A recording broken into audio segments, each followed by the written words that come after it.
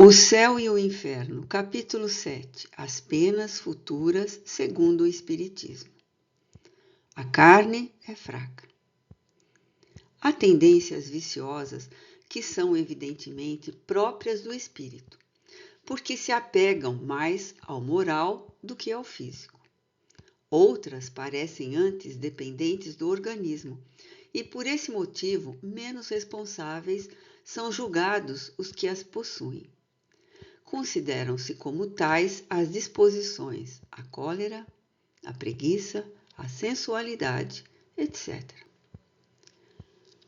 Hoje está plenamente reconhecido pelos filósofos espiritualistas que os órgãos cerebrais correspondentes a diversas aptidões devem o seu desenvolvimento à atividade do espírito.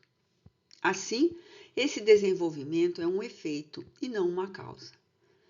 Um homem não é músico porque tem a bossa da música, mas possui essa tendência porque o seu espírito é musical.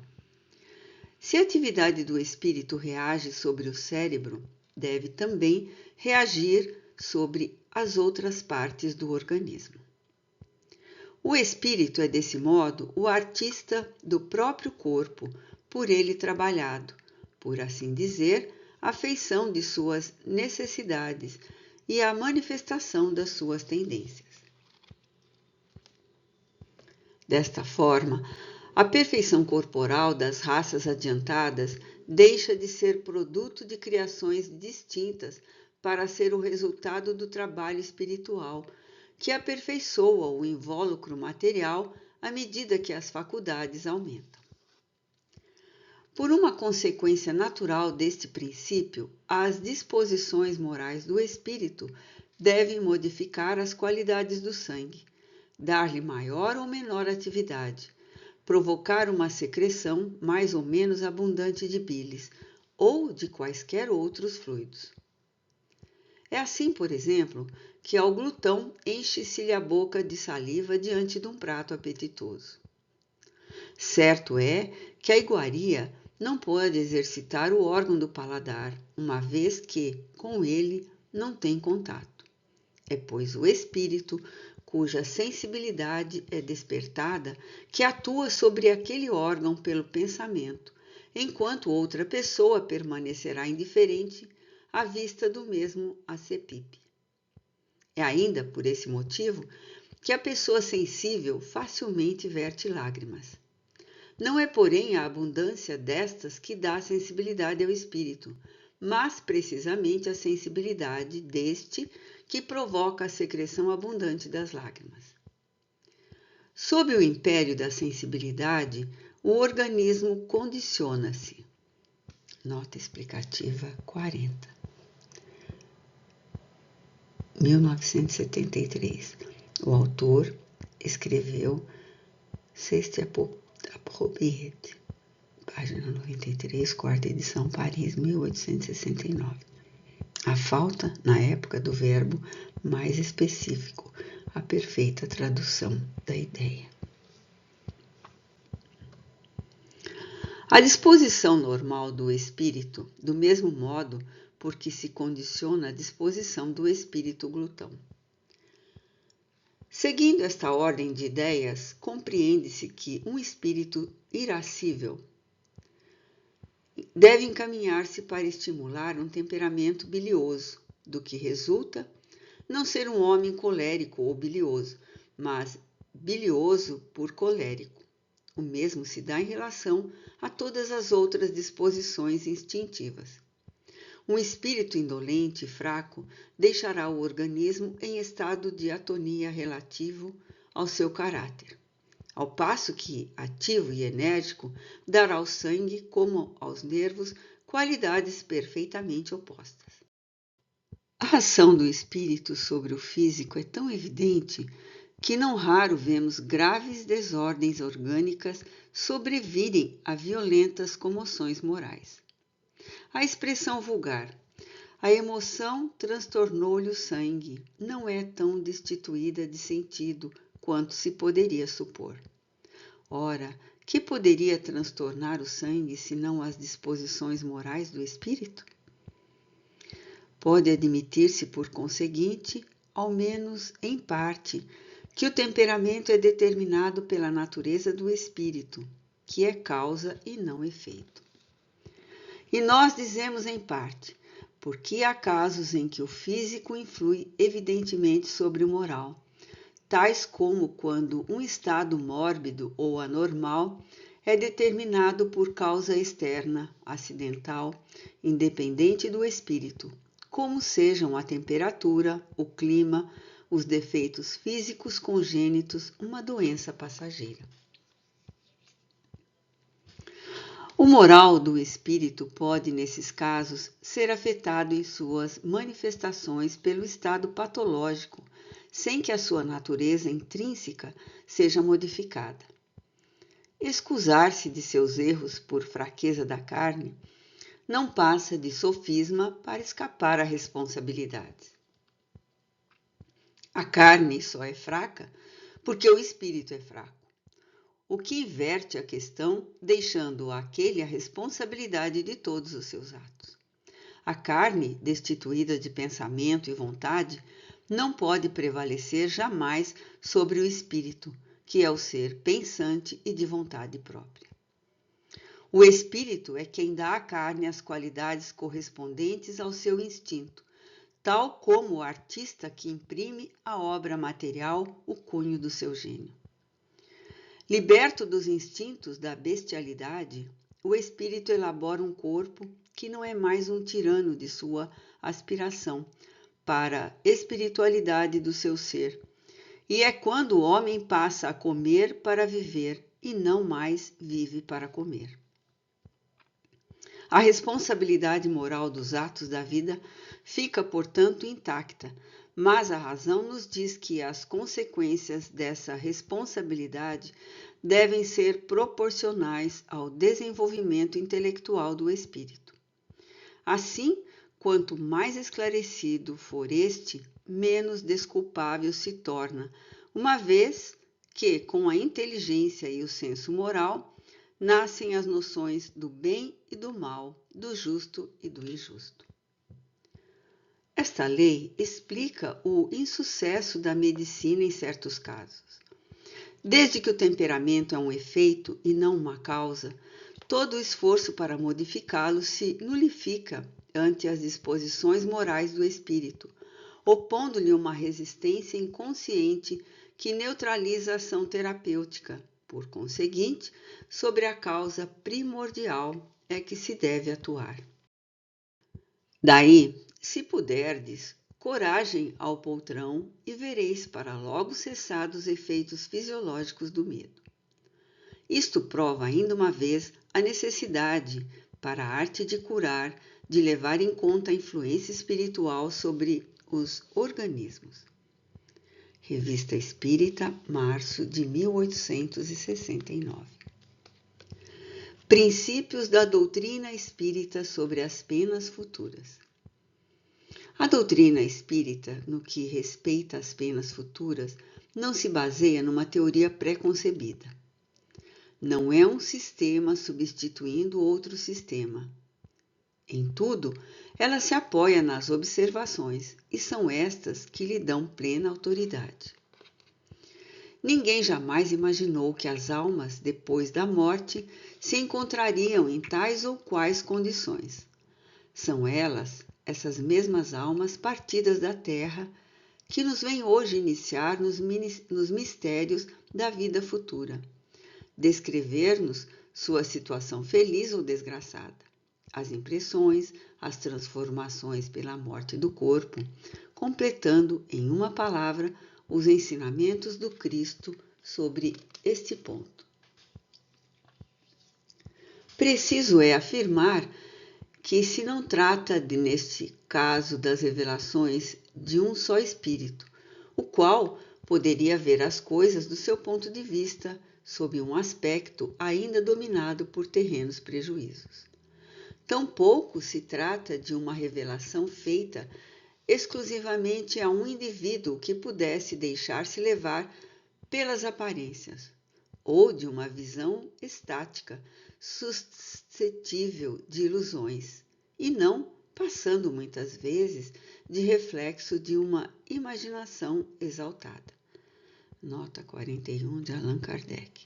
Vede capítulo 6, item 7, e o Livro dos Espíritos, questões 443 e 444.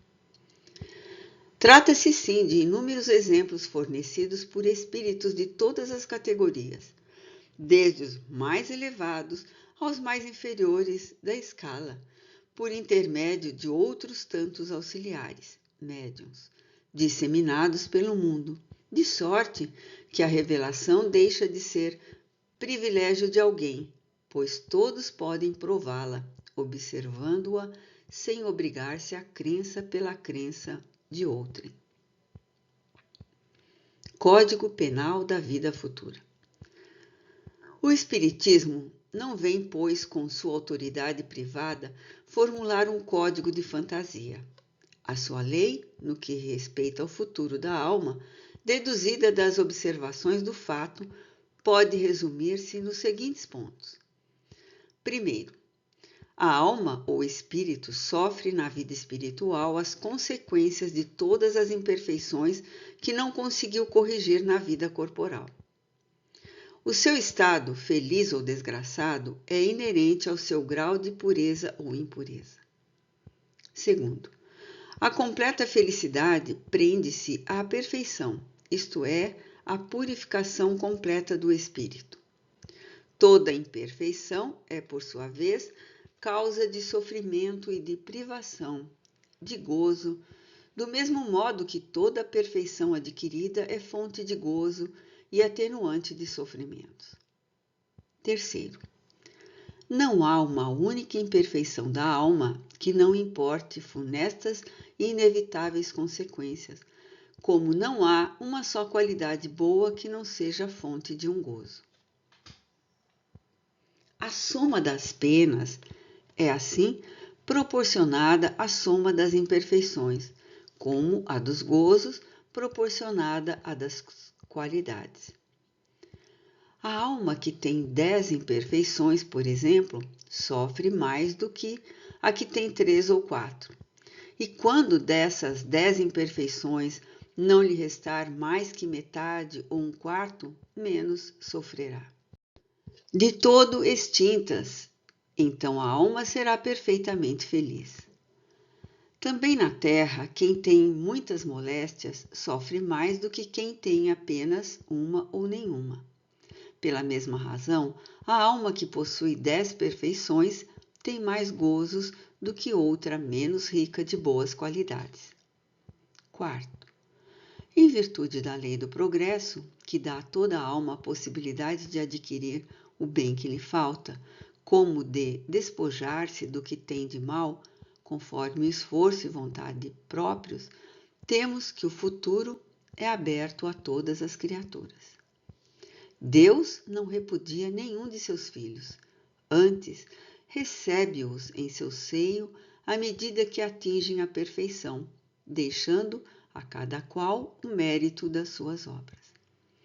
Quinto, dependente o sofrimento da imperfeição, como o gozo da perfeição, a alma traz consigo o próprio castigo ou prêmio, onde quer que se encontre, sem necessidade de lugar circunscrito. O inferno está por toda parte em que haja almas sofredoras, e o céu igualmente onde houver almas felizes. Sexto, o bem e o mal que fazemos decorrem das qualidades que possuímos.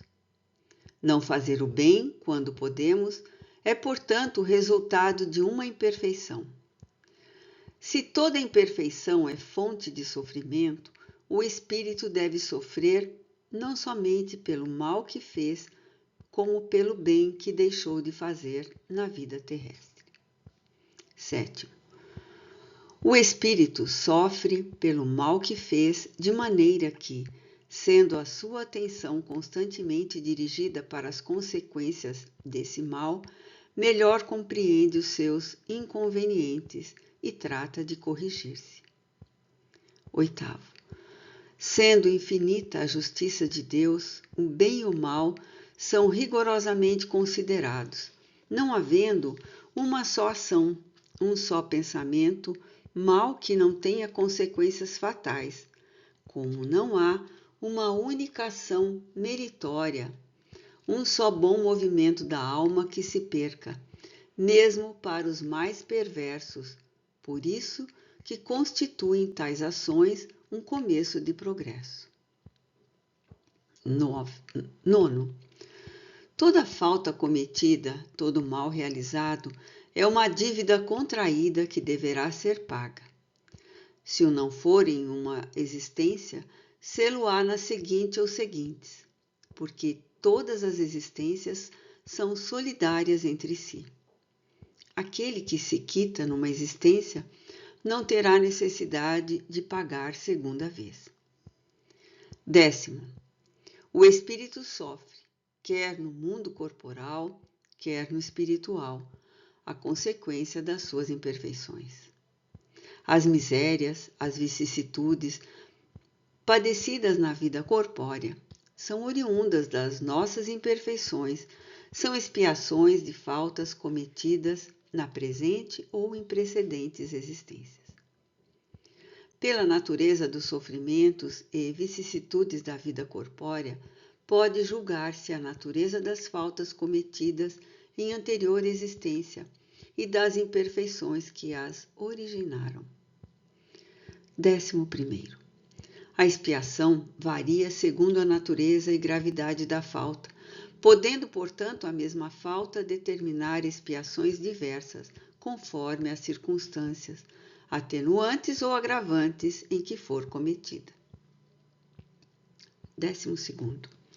Não há regra absoluta nem uniforme quanto à natureza e duração do castigo. A única lei geral é que toda falta terá punição e terá recompensa, todo ato meritório, segundo o seu valor. 13. A duração do castigo depende da melhoria do espírito culpado. Nenhuma condenação por tempo determinado lhe é prescrita. O que Deus exige por termo de sofrimentos é um melhoramento sério, efetivo, sincero, de volta ao bem. Deste modo, o espírito é sempre o árbitro da própria sorte, podendo prolongar os sofrimentos pela pertinácia no mal ou suavizá-los e anulá-los pela prática do bem. Uma condenação por tempo pré-determinado teria o duplo inconveniente de continuar o martírio do espírito renegado ou de libertá-lo do sofrimento, quando ainda permanece no mal. Ora, Deus, que é justo, só pune o mal enquanto existe e deixa de o punir quando não existe mais. Nota 42 de Allan Kardec. Vede capítulo 6, item 25, citação de Ezequiel. Por outra, o mal moral, sendo por si mesmo causa de sofrimento, fará este durar enquanto subsistir aquele ou diminuirá de intensidade à medida que ele decresça. 14. Dependendo da melhoria do espírito, a duração do castigo, o culpado que jamais melhorasse sofreria sempre e para ele a pena seria eterna. 15. Uma condição inerente à inferioridade dos espíritos é não lobrigarem o termo da provação, acreditando-a eterna, como eterno lhes parece deva ser um tal castigo. Nota 43 de Allan Kardec. Perpétuo é sinônimo de eterno. Disse o limite das neves perpétuas, o eterno gelo dos polos. Também se diz o secretário perpétuo na academia, o que não significa que o seja ad perpetuum, mas unicamente por tempo ilimitado. Eterno e perpétuo se empregam, pois, no sentido de indeterminado. Nesta acepção, pode dizer-se que as penas são eternas, para exprimir que não têm duração limitada. Eternas, portanto, para o espírito que lhes não vê o termo. 16. O arrependimento, conquanto seja o primeiro passo para a regeneração, não basta por si só, são precisas a expiação e a reparação. Arrependimento, expiação e reparação constituem, portanto, as três condições necessárias para apagar os traços de uma falta e suas consequências. O arrependimento suaviza os travos da expiação, abrindo pela esperança o caminho da reabilitação. Só a reparação, contudo, pode anular o efeito, destruindo-lhe a causa. Do contrário, o perdão seria uma graça, não uma anulação. 17. O arrependimento pode dar-se por toda parte e em qualquer tempo. Se for tarde, porém, o culpado sofre por mais tempo. Até que os últimos vestígios da falta desapareçam, a expiação consiste nos sofrimentos físicos e morais que lhe são consequentes, seja na vida atual, seja na vida espiritual após a morte, ou ainda em nova existência corporal. A reparação consiste em fazer o bem àqueles a quem se havia feito o mal. Quem não repara os seus erros numa existência, por fraqueza ou má vontade, achar-se-á numa existência ulterior em contato com as mesmas pessoas que de si tiverem queixas e em condições voluntariamente escolhidas, de modo a demonstrar-lhes reconhecimento e fazer-lhes tanto bem quanto mal lhes tenha feito. Nem todas as faltas acarretam prejuízo direto e efetivo. Em tais casos, a reparação se opera, fazendo-se o que se deveria fazer e foi descurado, cumprindo os deveres desprezados, as missões não preenchidas, praticando o bem em compensação ao mal praticado, isto é, tornando-se humilde se foi orgulhoso, amável se foi austero, caridoso se foi egoísta, benigno se foi perverso, laborioso se foi ocioso, útil se foi inútil, frugal se foi intemperante, trocando em suma por bons os maus exemplos perpetrados. E desse modo progride o espírito, aproveitando-se do próprio passado. Nota 44 de Allan Kardec. A necessidade da reparação é um princípio de rigorosa justiça que se pode considerar verdadeira lei de reabilitação moral dos espíritos. Entretanto, essa doutrina, religião alguma, ainda a proclamou. Algumas pessoas repelem-na porque acham mais cômodo poder quitarem-se das más ações por um simples arrependimento, que não custa mais que palavras por meio de algumas fórmulas. Contudo, crendo-se assim quites, verão mais tarde se isso lhes bastava. Nós poderíamos perguntar se esse princípio não é consagrado pela lei humana e se a justiça divina pode ser inferior à dos homens?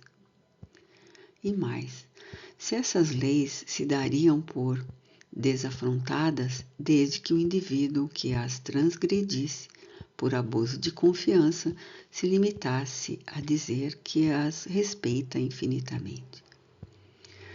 Por que hão de vacilar tais pessoas perante uma obrigação que todo homem honesto se impõe como dever, segundo o grau de suas forças?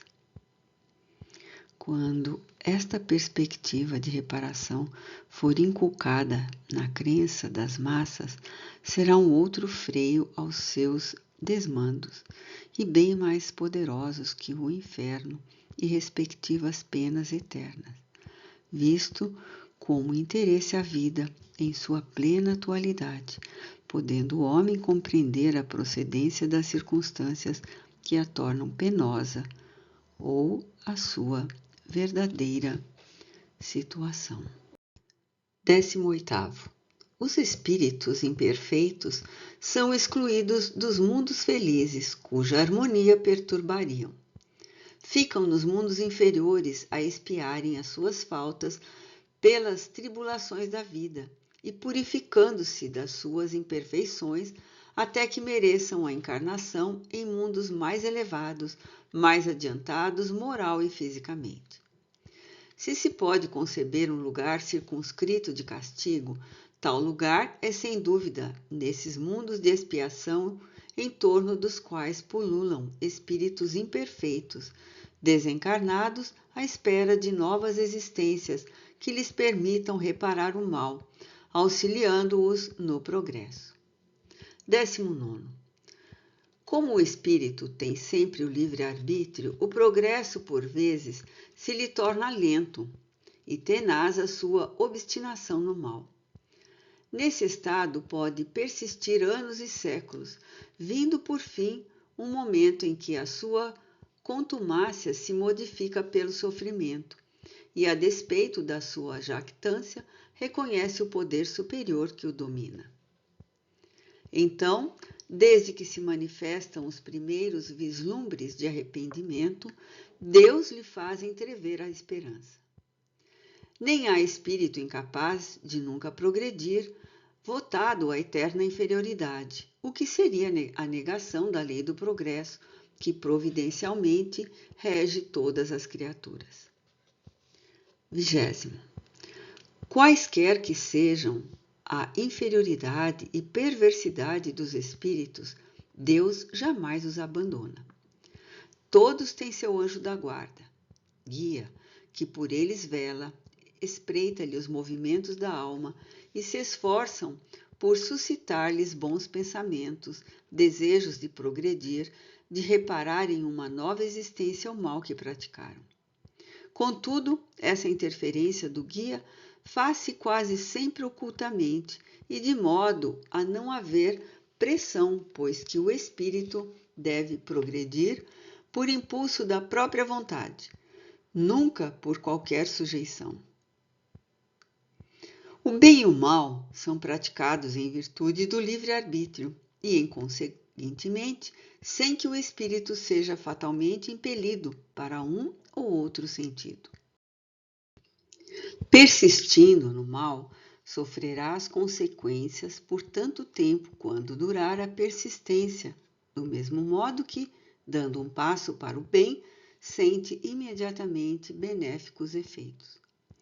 Observação. Erro seria supor que, por efeito da lei de progresso, a certeza de atingir cedo ou tarde a perfeição e a felicidade pode estimular a perseverança no mal, sob a condição do ulterior arrependimento. Primeiro, porque o espírito inferior não se apercebe do termo da sua situação. E segundo, porque, sendo ele o autor da própria infelicidade, acaba por compreender que de si depende o fazê-la cessar, que por tanto tempo quanto perseverar no mal será infeliz. Finalmente, que o sofrimento será intérmino e se ele próprio não lhe der fim. Seria, pois, um cálculo negativo cujas consequências o espírito seria o primeiro a reconhecer. Com o dogma das penas irremissíveis é que se verifica precisamente tal hipótese, visto como é para sempre interdita qualquer ideia de esperança, não tendo, pois, por essa razão, o homem interesse em converter-se ao bem para ele sem proveito. Diante da nossa lei, não procede a objeção sobre a presciência divina, pois Deus, criando uma alma, sabe, com efeito, se ela, em virtude do livre-arbítrio, fará dele bem ou mau uso, como sabe que será punida pelo mal que praticar. Mas sabe também que tal castigo temporário é o meio de fazê-la compreender o seu erro e de fazê-la entrar no bom caminho, em que a alma chegará cedo ou tarde. Pela doutrina das penas eternas, conclui-se que Deus sabe que essa alma falirá e, portanto, será previamente condenada a torturas infinitas. 21º. A responsabilidade das faltas é toda pessoal. Ninguém sofre por erros alheios, salvo se a eles deu origem, quer provocando-os pelo exemplo, quer não os impedindo quando poderia fazê-lo. Assim, o suicida é sempre punido, mas aquele que por maldade impele o outro a cometê-lo, esse sofre ainda maior pena. 22º. Conquanto infinita a diversidade de punições, algumas há inerentes à inferioridade dos espíritos e cujas consequências, salvo pormenores, são pouco mais ou menos idênticas. A punição mais imediata, sobretudo entre os que se acham ligados à vida material, em detrimento do progresso espiritual, faz-se sentir pela lentidão do despreendimento da alma, nas angústias que acompanham a morte e o despertar na outra vida, na consequente perturbação que pode dilatar-se por meses e anos. Naqueles que, ao contrário, têm pura consciência e na vida material já se acham identificados com a vida espiritual, o trespasse é rápido, sem abalos, quase nula a turbação de um pacífico despertar. 23º. Um fenômeno muito frequente entre os espíritos de certa inferioridade moral é o acreditarem-se ainda vivos, podendo esta ilusão prolongar-se por muitos anos, durante os quais eles experimentarão todas as necessidades, todos os tormentos e perplexidades da vida. 24º. Para o criminoso, a presença incessante das vítimas e das circunstâncias do crime é um suplício cruel. 25º. Espíritos há mergulhados em densa treva, outros se encontram em absoluto insulamento no espaço, atormentados pela ignorância da própria posição, como da sorte que os aguarda. Os mais culpados padecem torturas muito mais pungentes, por não lhes entreverem um termo. Alguns são privados de ver os seres queridos e todos, geralmente, passam com intensidade relativa pelos males, pelas dores e privações que a outrem ocasionaram. Esta situação perdura até que o arrependimento e o desejo de reparação lhes traga a calma para entrever a possibilidade de, por eles mesmos, pôr um termo à sua situação. 26º. Para o orgulhoso, relegado às classes inferiores, é suplício ver acima dele colocados, cheios de glória e bem-estar, os que na terra desprezara. O hipócrita vê desvendados, penetrados e lidos por todo o mundo os seus mais secretos pensamentos, sem que os possa ocultar ou dissimular. O sátiro, na impotência de os saciar, tem na exaltação dos bestiais desejos o mais atroz tormento. Vê o avaro o esbanjamento inevitável do seu tesouro, enquanto o egoísta, desamparado de todos, sofre as consequências de sua atitude terrena. Nem a sede, nem a fome lhe serão mitigadas, nem amigas mãos lhe estenderão as suas mãos súplices. E pois que, em vida, só de si cuidara, ninguém dele se compadecerá na morte. 27º. O único meio de evitar ou atenuar as consequências futuras de uma falta está no repará-la, desfazendo-a no presente. Quanto mais nos demorarmos na reparação de uma falta, tanto mais penosas e rigorosas serão, no futuro, as suas consequências. 28º. A situação do espírito no mundo espiritual não é outra senão a por si mesmo preparada na vida corpórea. Mais tarde, outra encarnação se lhe faculta para novas provas de expiação e reparação, com maior ou menor proveito, dependentes do seu livre-arbítrio. E se ele não se corrige, terá sempre uma missão a recomeçar, sempre mais acerba, de sorte que pode dizer-se que aquele que muito sofre na terra, muito tinha a expiar. E os que gozam uma felicidade aparente, em que pesem aos seus vícios e inutilidades, pagá-la-ão muito caro em ulterior existência. Nesse sentido foi que Jesus disse: bem-aventurados os aflitos, porque serão consolados.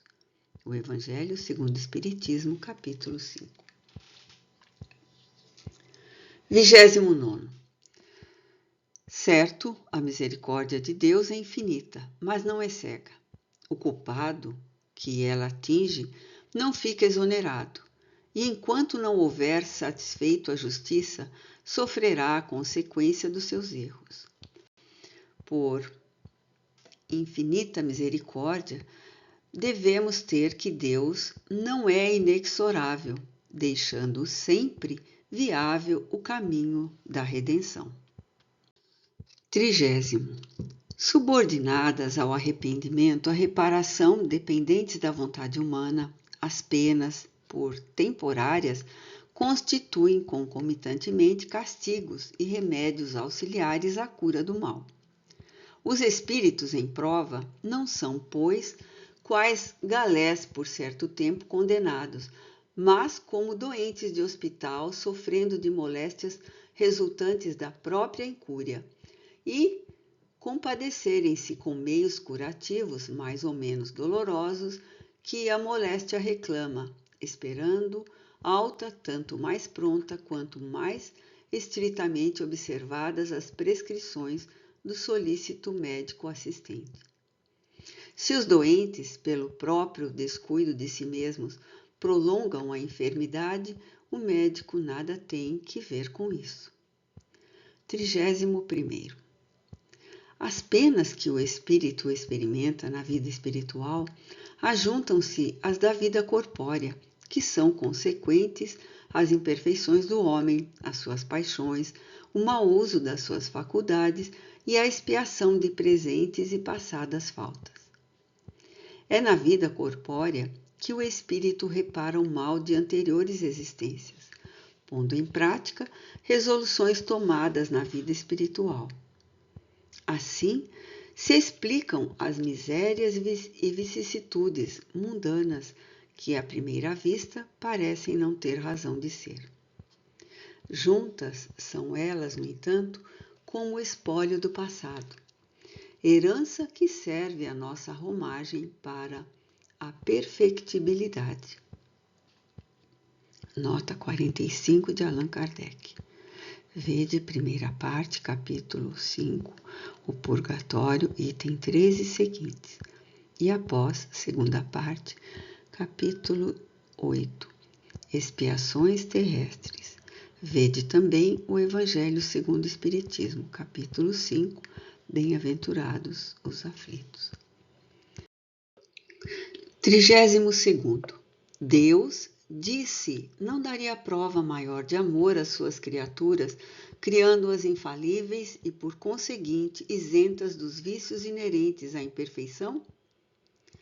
Para tanto, fora preciso que ele criasse seres perfeitos, nada mais tendo a adquirir, quer em conhecimentos, quer em moralidade.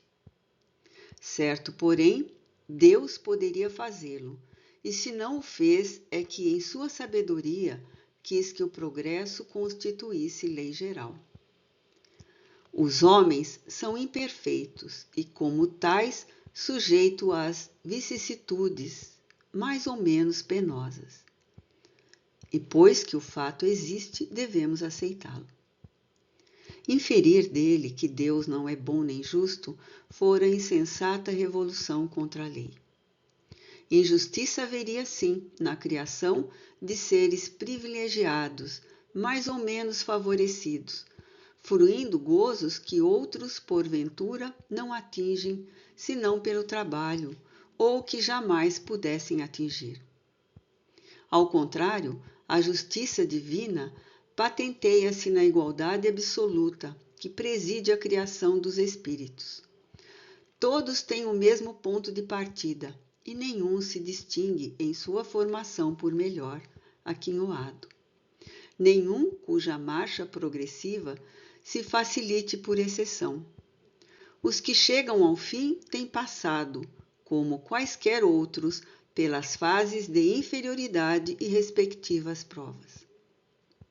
Isso posto, nada mais justo que a liberdade de ação a cada qual concedida. O caminho da felicidade a todos se abre amplo, como a todos as mesmas condições para atingi-la. A lei, gravada em todas as consciências, a todos é ensinada. Deus fez da felicidade o prêmio do trabalho e não do favoritismo, para que cada qual tivesse seu mérito. Todos somos livres no trabalho do próprio progresso, e o que muito e depressa trabalha, mais cedo recebe a recompensa.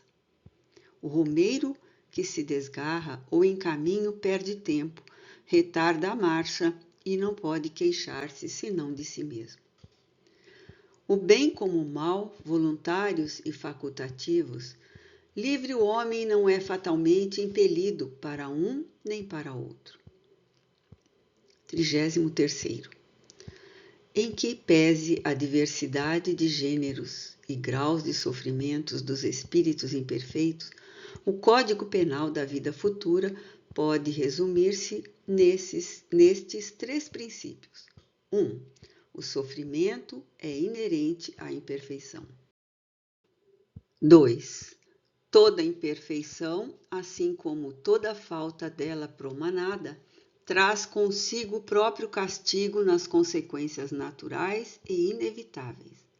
Assim, a moléstia pune os excessos e da ociosidade nasce o tédio, sem que haja mister de uma condenação especial para cada falta ou indivíduo. 3. Podendo todo homem libertar-se das imperfeições por efeito da vontade, pode igualmente anular os males consecutivos e assegurar a futura felicidade. A cada um, segundo as suas obras, no céu como na terra. Tal é a lei da justiça divina.